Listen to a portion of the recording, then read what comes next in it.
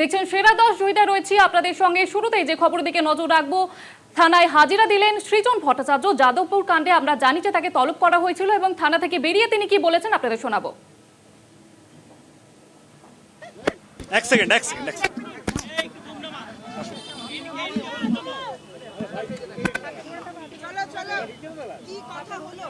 বলবো।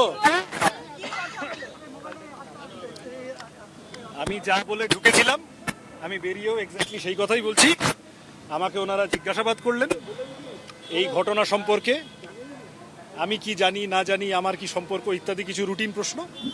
আর তার সাথে আমার যে নির্দিষ্ট কতগুলো ভিডিও ফুটেজ, কতগুলো ছবি যা দেখিয়ে আমি এটা এস্টাবলিশ করতে চেয়েছি যে যাদবপুরে ওই দিন বহিরাগত, যাদবপুরেরও কেউ নয়, ওয়েবকুপারও কেউ নয়, এরকম লোকজন ওই মিটিংয়ে ছিল এবং শিক্ষামন্ত্রীর অত্যন্ত কাছাকাছি ছিল।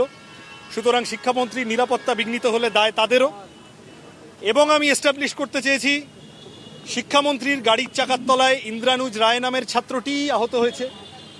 তাহলে এই সংক্রান্ত এবং যাদবপুরের ছাত্ররা যারা আহত হয়েছে, সে ইন্দ্রানুজ হতে পারে, অভিনব হতে পারে, অনুজ্ঞা হতে পারে, সোশ্যাল মিডিয়া, ইলেকট্রনিক মিডিয়া এবং প্রিন্ট মিডিয়ায় যা এদের সম্পর্কে ইনফরমেশন পেয়েছি, ইতিমধ্যে সংবাদ মাধ্যমে থ্রুতে বাংলার মানুষের কাছে পৌঁছে দিয়েছি। সেই একই জিনিস আর এক কপি তদন্তের স্বার্থে সহযোগিতা করতে যাদবপুর থানায় আজকে দিয়ে গেলাম।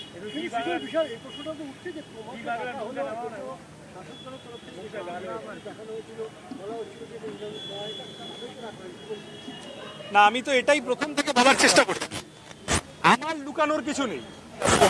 আমাকে যতবার ডাকবে আমি ততবার তদন্ত সহায়তা করতে আসবো, কিন্তু যারা তদন্ত করছেন তারা নিরপেক্ষ আছেন তো? যারা তথ্য বিকৃতি করলো সাংবাদিক সম্মেলন করে তৃণমূলের পক্ষ থেকে বা সোশ্যাল মিডিয়া পোস্ট ইত্যাদি করে, তাদের জিজ্ঞাসাবাদ করতে কেউ ডাকছে না। যে শিক্ষামন্ত্রীর গাড়ি ছাত্রের ওপর দিয়ে গাড়ির চাকা চলে গেল, সেই শিক্ষামন্ত্রী এবং তার অ্যাসোসিয়েটদের কেউ ডাকছে না। যে বহিরাগতরা ছিল ডেগেন দেখানোর পরেও তাদেরকে কেউ ডাকছে না। যে তৃণমূল নেতারা মিনিটে মিনিটে, 1 মিনিটে বুঝে নেবো, 30 সেকেন্ডে বুঝে নেবো, 2 মিনিটে বুঝে নেবো ইত্যাদি ইত্যাদি ইনস্টিগেশন ছড়ানো, প্ররোচনামূলক, উস্কানিমূলক কথা বলে চলেছেন, তাদেরকে কেউ ডাকছে না। আমাকে ডাকা হলো কেন? আমি তথাপি সমস্ত সহযোগিতা করব, কিন্তু পুলিশ তার ভূমিকা প্রশ্নের ঊর্ধ্বে নয়। এটা তো আমরা হাইকোর্টের অবস্থান দেখেই বুঝেছি। ইন্দ্রানুজের প্রথম দিনের বক্তব্য ছিল যে আমার বয়ান রেকর্ড করার ক্ষেত্রে কিছু অসুবিধা করা হচ্ছে।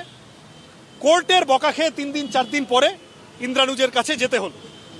তাহলে যারা অভিযোগ করেছে, যারা আহত হয়েছে, যারা আক্রান্ত হয়েছে, তাদের বয়ান নিতে গড়িমসি, আর বিরোধীদের, প্রতিবাদীদের যদি কোনোভাবে কন্ট্রোল করার চেষ্টা করা যায়, এইরকম একটা মনোভাব তৃণমূলের সরকার, প্রশাসন তাদের আছে, এটা বাংলার মানুষ মেনে নেবে না। যাদবপুরের ছাত্ররা তাদের পাশে দাঁড়িয়ে এই গোটা ঘটনায় যারা অপরাধ করেছে, বাইরে থেকে এসে গুন্ডামি করেছে, এবং যে শিক্ষামন্ত্রী এইভাবে গাড়ি চালিয়ে দিয়েছেন ছাত্রের উপরে, তার নৈতিক দায় নিয়ে পদত্যাগ করা উচিত, তার এবং তার অ্যাসোসিয়েটদের গ্রেপ্তার করা উচিত। এবং যে দাবি নিয়ে ছাত্ররা আন্দোলন করছে, ছাত্র ভোট, মোদ্দা কথাটা ভুললে চলবে না, সেই ছাত্র ভোট অবিলম্বে যাদবপুর সহ বাংলা জুড়ে করা উচিত। এই কয়েকটা কথা অতীতেও বলেছি।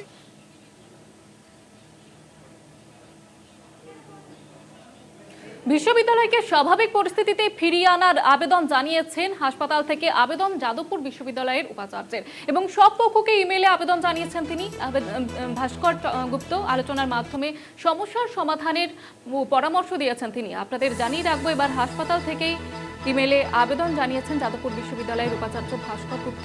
তিনি সব পক্ষকে আবেদন জানিয়েছেন এবং তিনি যেমনটা বলেছেন যে সুষ্ঠুভাবে আলোচনার মাধ্যমে সমস্যার সমাধান হবে, এমনটাই আশাবাদী তিনি। অসুস্থ উপাচার্যকে হাসপাতালে দেখতে যাদবপুর বিশ্ববিদ্যালয়ের 4 ছাত্র এবং আহত ছাত্র অভিনব সহ 4 ছাত্র হাসপাতালে যান তাকে দেখতে। অসুস্থ উপাচার্যকে হাসপাতালে দেখতে যাদবপুর বিশ্ববিদ্যালয়ের 4 ছাত্র। পাশাপাশি উপাচার্যের তরফ থেকে ইমেইলে আবেদন জানানো হয়েছে যে স্বাভাবিক পরিস্থিতিতে ফিরিয়ে আনা হোক বিশ্ববিদ্যালয়ের পরিস্থিতি। এবং সব পক্ষকে আবেদন জানিয়েছেন তিনি। কথা বলবো, টেলিফোন লাইনে রয়েছে প্রতিনিধি শুভঙ্কর মণ্ডল। শুভঙ্কর, কি উল্লেখ রয়েছে চিঠিতে? দেখো, তোমার জানিয়ে রাখি, উপাচার্যের তরফ থেকে আজ একটি মেল যাদবপুর বিশ্ববিদ্যালয় অল স্টেক হোল্ডার এবং বিশেষ করে যাদবপুর বিশ্ববিদ্যালয়ে যারা পড়ুয়ারা রয়েছেন, যারা এই মুহূর্তে আন্দোলনরত অবস্থানরত, তাদের উদ্দেশ্যে একটি মেল পাঠানো হয়েছে এবং সেখানে কিন্তু স্পষ্ট উপাচার্য তাদের কাছে আপিল করেছেন যে গত 1 মার্চে যে ঘটনা ঘটেছে সেটা অত্যন্ত দুঃখজনক ঘটনা এবং সেটার জন্য তিনি মর্মান্তিক বা হৃদয় থেকে তিনি কিন্তু তার সমবেদনা জ্ঞাপন করেছেন। শুধু তাই নয়, একই সঙ্গে তিনি যারা শিক্ষার্থী রয়েছেন বা যারা পড়ুয়ারা রয়েছেন তাদের কাছে তিনি জানিয়েছেন যে বিশ্ববিদ্যালয়ে অচলাবস্থা কাটাতে এবং স্বাভাবিকতা ফেরাতে তাদের কাছে তিনি আবেদন করেছেন এবং বলেছেন যে যতটা সম্ভব তিনি ছাত্ররা পড়ুয়াদের সঙ্গে রয়েছেন, আলোচনার ক্ষেত্রের মাধ্যমে সমস্যার সমাধান করতে হয় এবং তিনি জানিয়েছেন যে বিশ্ববিদ্যালয়ে যাতে কোনো রকম ভাবে কোনো সমস্যা তৈরি হয় তিনি সবসময় তার সন্তান তুল্য পড়ুয়াদের সঙ্গে রয়েছেন উপাচার্য এবং শুধুমাত্র শিক্ষার্থী বা পড়ুয়া নয়, সমস্ত স্টেক হোল্ডার যারা অধ্যাপক রয়েছে, শিক্ষাকর্মী রয়েছেন, সবার কাছে তিনি আবেদন করেছেন যে যাতে বিশ্ববিদ্যালয়ের নর্মালটি ফেরে এবং তিনি কিন্তু এই দুঃখজনক ঘটনাকে ব্যক্ত করে তাদের কাছে মেল পাঠিয়ে একেবারে হাসপাতাল থেকে, তিনি জানেন যে তিনি ভর্তি রয়েছেন হাসপাতালে, সেই হাসপাতাল থেকে তিনি মেল পাঠিয়েছেন শিক্ষার্থী থেকে শুরু করে শিক্ষক, শিক্ষাকর্মী সকলের উদ্দেশ্যে এবং বিশ্ববিদ্যালয়ে তিনি চেয়েছেন যে যাতে অবিলম্বে স্বাভাবিকতা ফেরে, সেই কারণে কিন্তু তিনি এই আপিল বা এই আবেদন করেছেন। জয়িতা, ধন্যবাদ জানাবো শুভঙ্কর। আমাদের সঙ্গে ছিলেন আমাদের প্রতিনিধি শুভঙ্কর মণ্ডল।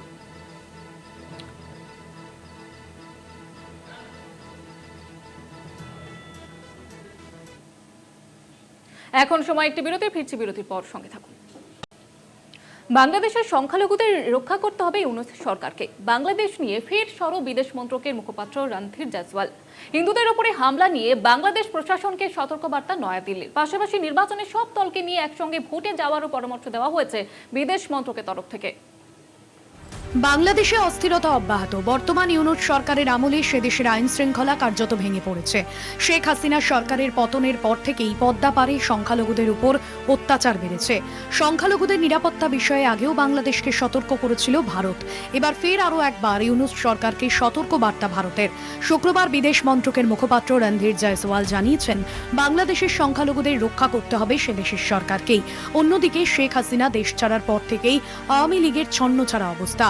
অপারেশন ডেভিল হান্ট বা শয়তানের খোঁজে অভিযানের নামে বেশিরভাগ আওয়ামী লীগের নেতা নেত্রীদের জেলে পোড়া হয়। সম্প্রতি হাসিনা অনলাইনে বক্তৃতা দিয়ে দলীয় কর্মীদের চাঙ্গা করেছেন। প্রাক্তন প্রতিদ্বন্দ্বী খালেদা জিয়ার দল বিএনপি ও আওয়ামী লীগের প্রতি সুর নরম করেছে। সূত্রের খবর, এই পরিস্থিতিতে আসন্ন নির্বাচনে আওয়ামী লীগকে আটকাতে মরিয়া সরকার পক্ষের কেউ আওয়ামীকে নিষিদ্ধ ঘোষণা করে নির্বাচনে লড়তে না দেওয়ার চেষ্টাকেও নস্যাৎ করে নিজেদের অবস্থান স্পষ্ট করছে ভারত। সবাইকে নিয়ে ভোটে যাওয়ার পরামর্শ দেওয়া হয়েছে বিদেশ মন্ত্রকের তরফে। প্রসঙ্গত, বাংলাদেশের সেনা প্রধান ওয়াকারুজ্জামানও একই কথা বলেছিলেন। রাজনৈতিক বিশেষজ্ঞদের মতে চলতি বছরের শেষে বা আগামী বছরের শুরুতে বাংলাদেশে নির্বাচন। তার আগে সংখ্যালঘু ও আওয়ামী লীগ ইস্যুতে ভারতের এহেন অবস্থান কার্যত ইউনূস সরকারের উপর চাপ বাড়ালো বলেই মনে করা হচ্ছে। কলকাতা টিভি। নজর রাখবো মণিপুরের দিকে। মণিপুরে ফের উত্তেজনা তুঙ্গে। কেন্দ্রীয় স্বরাষ্ট্রমন্ত্রী অমিত শাহর নির্দেশ অমান্য কুকি জো গোষ্ঠীর। 8 মার্চ থেকেই মণিপুরের সব রাস্তা চলাচলের জন্য নিরাপদ করার নির্দেশ দিয়েছিলেন অমিত শাহ। স্বরাষ্ট্রমন্ত্রী সেই নির্দেশ মানবে না বলে জানায় কুকি জো গোষ্ঠীর সশস্ত্র সংগঠন কমিটি অন ট্রাইবাল ইউনিট। ইতিমধ্যেই কুকিদের ওপরে নিরাপত্তার বাহিনীর বল প্রয়োগের খবর আসছে। মণিপুরের কাংপোকি এলাকায় কুকি মহিলাদের উপরে ব্যাপক অত্যাচারের খবর মিলেছে। শনিবার মণিপুরের পাহাড়ি এলাকা দিয়ে পদযাত্রার ডাক দেয় মেইতেই প্রধান ফেডারেশন অফ সিভিল সোসাইটির সংগঠন। পদযাত্রা হতে দেব না বলে স্পষ্ট জানায় কুকিজো সম্প্রদায়গুলির সংগঠন কমিটি অন ট্রাইবাল ইউনিটি। বাধা দিলেও পদযাত্রা হবে বলেই জানায় ফেডারেশন অফ সিভিল সোসাইটি সংগঠনের সদস্যরা। We want to inform and दरखास्त करना चाहती हूँ कि होम मिनिस्टर को, अमित शाह को, क्यों वो लोग होम मिनिस्टर की रिपोर्ट की अगेंस्ट में काम कर रही हो, हमको क्यों रुकाना चाहती हो। जो कुछ भी हो हम तो जाने के लिए अभी तैयार में हूँ, अभी जा रही हूँ। 8 মার্চ থেকেই মণিপুরের সব রাস্তা চলাচলের জন্য নিরাপদ করার নির্দেশ দিয়েছিলেন কেন্দ্রীয় স্বরাষ্ট্রমন্ত্রী অমিত শাহ। কুকিজো সংগঠনগুলি জানায় সেই নির্দেশ তারা মানবে না। এদিকে রাজধানী ইম্ফল সহ মণিপুরের সর্বত্র নিরাপত্তা বাহিনীর বাড়তি তৎপরতা দেখা যাচ্ছে। পদযাত্রা কর্মসূচি বাতিল হবে না বলে জানিয়েছে মেইতেই সংগঠনগুলি। অন্যদিকে নিরাপত্তা বাহিনীর যৌথ অভিযানে কিছু অস্ত্র বিস্ফোরক উদ্ধার হয়েছে।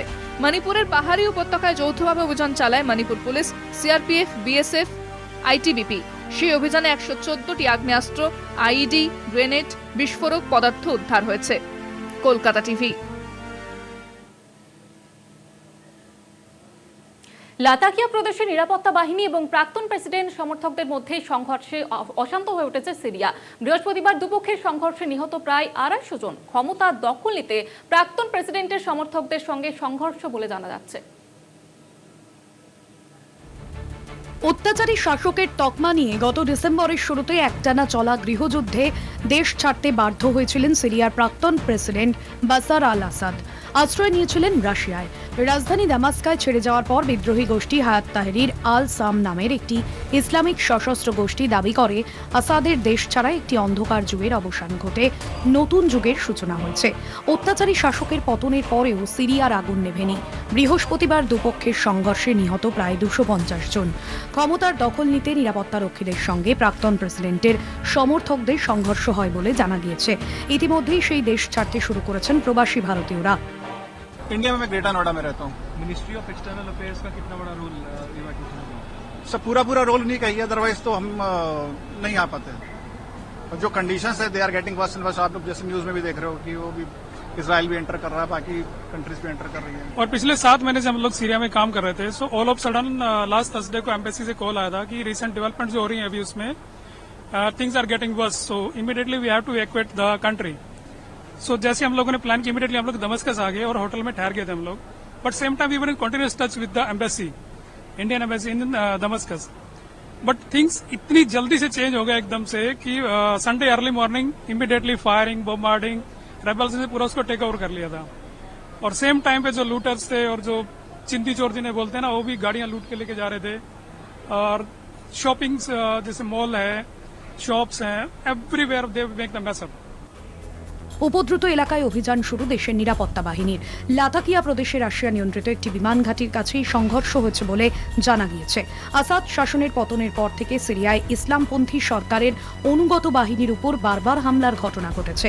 সিরিয়ার হামাস ও আলেপ্পা শহরেও সংঘর্ষের খবর পাওয়া গিয়েছে। কলকাতা টিভি।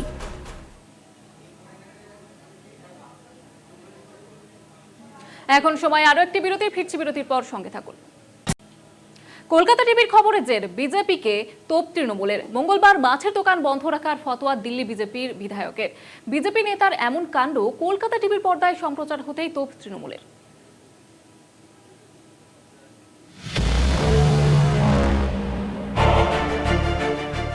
কালীপুজোর ভোগ থেকেও কি এবার বাদ পড়বে মাছ? সোশ্যাল মিডিয়ায় কলকাতা টিভির সম্প্রচার পোস্ট করে প্রশ্ন তৃণমূলের। মঙ্গলবার মাছ খাওয়া থেকে বিরত থাকার নির্দেশ দিয়ে অলিখিত ফতোয়া জারি করেছিলেন দিল্লি বিজেপি বিধায়ক রবীন্দ্র সিংহ নেগি। এরপরেই বাংলার মানুষ জানিয়ে দিয়েছিলেন মাছ ভাত নিয়ে তাঁদের রায়। প্রশ্ন তুলেছিলেন বাংলায় বিজেপির রাজনৈতিক ভবিষ্যৎ নিয়েও। ঘটনার রেশ কাটতে না কাটতেই সর্বভারতীয় তৃণমূল কংগ্রেসের পোস্ট, যেখানে বিজেপি বিধায়কের জারি করা ফতোয়া নিয়ে রীতিমতো তুলোধনা করতে দেখা গেল তৃণমূল কংগ্রেসকে। ক্ষমতায় না আসতেই এমন ঘটনা, বাংলায় ভুল করেও বিজেপি ক্ষমতায় এলে কি হবে? প্রশ্ন তুলে বাংলার মানুষকে বিজেপির মনোভাব নিয়ে সজাগ করার চেষ্টা তৃণমূলের। বিজেপির মাছের প্রতি বিরূপ মনোভাব নতুন কিছু নয়, বরং একাধিকবার মাছ নিয়ে তাদের অসন্তোষ প্রকাশ করতে দেখা গিয়েছে। বছর দেড়েক আগে মাছে ভাতে বাঙালিকেও অপমানের অভিযোগ ওঠে অভিনেতা তথা বিজেপি নেতা পরেশ রায়ওয়ালের বিরুদ্ধে। তারকা রাজনীতিকের বিরুদ্ধে থানায় দায়ের হয় অভিযোগ। গ্যাসের দাম বৃদ্ধি নিয়ে মন্তব্য করতে গিয়ে বাঙালির মাছ প্রীতি নিয়ে প্রশ্ন তোলেন অভিনেতা। পরে অবশ্য এমন মন্তব্যের জন্য ক্ষমা চেয়ে নেন। এদিকে যখন বিজেপি মাছ নিয়ে নাক কুচকোচ্ছে, অন্যদিকে তাকেই অস্ত্র করে বিজেপির বিরুদ্ধে পাল্টা প্রচারে নেমে পড়েছে তৃণমূল। বাংলায় যে বিজেপি একেবারে বেমানান তা বোঝাতে তৎপর ঘাসফুল শিবির। কলকাতা টিভি।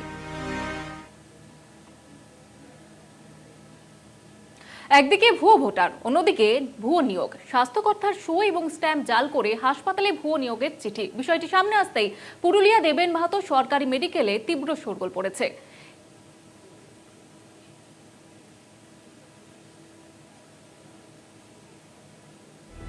রাত্রির সাথে নিয়োগের চিঠিতে জেলা মুখ্য স্বাস্থ্য আধিকারিকের জাল সই, অথচ তিনি ভর্তি হাসপাতালে। একটা তারিখই ঘুরিয়ে দিল সব হিসেব। শুধু সই না, জেলা মুখ্য স্বাস্থ্য আধিকারিকের প্যাড থেকে স্ট্যাম্প। সবটা ব্যবহার করে স্পষ্ট প্রতারণার অভিযোগ। প্রতারণায় যুক্ত কারা? সুবিচার চেয়ে অবশেষে পুলিশের দ্বারস্থ জেলা মুখ্য স্বাস্থ্য আধিকারিক।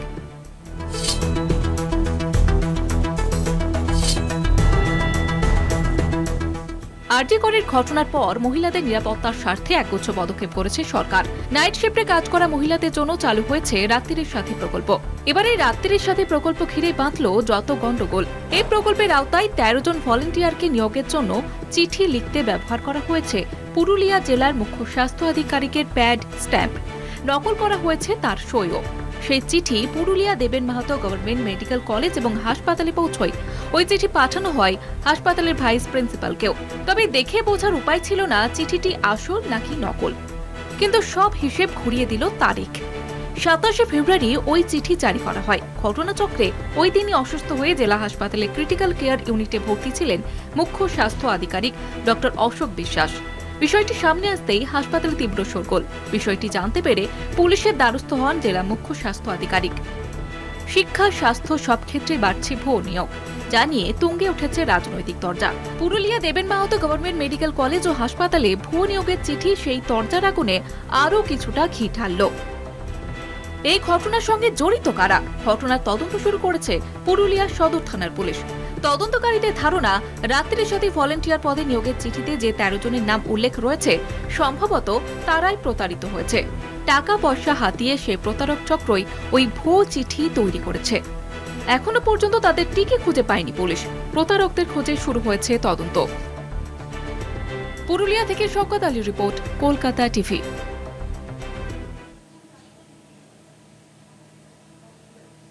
সেরা 10 এই পর্যন্ত দেখতে থাকুন কলকাতা টিভি রাত দিন 7 দিন।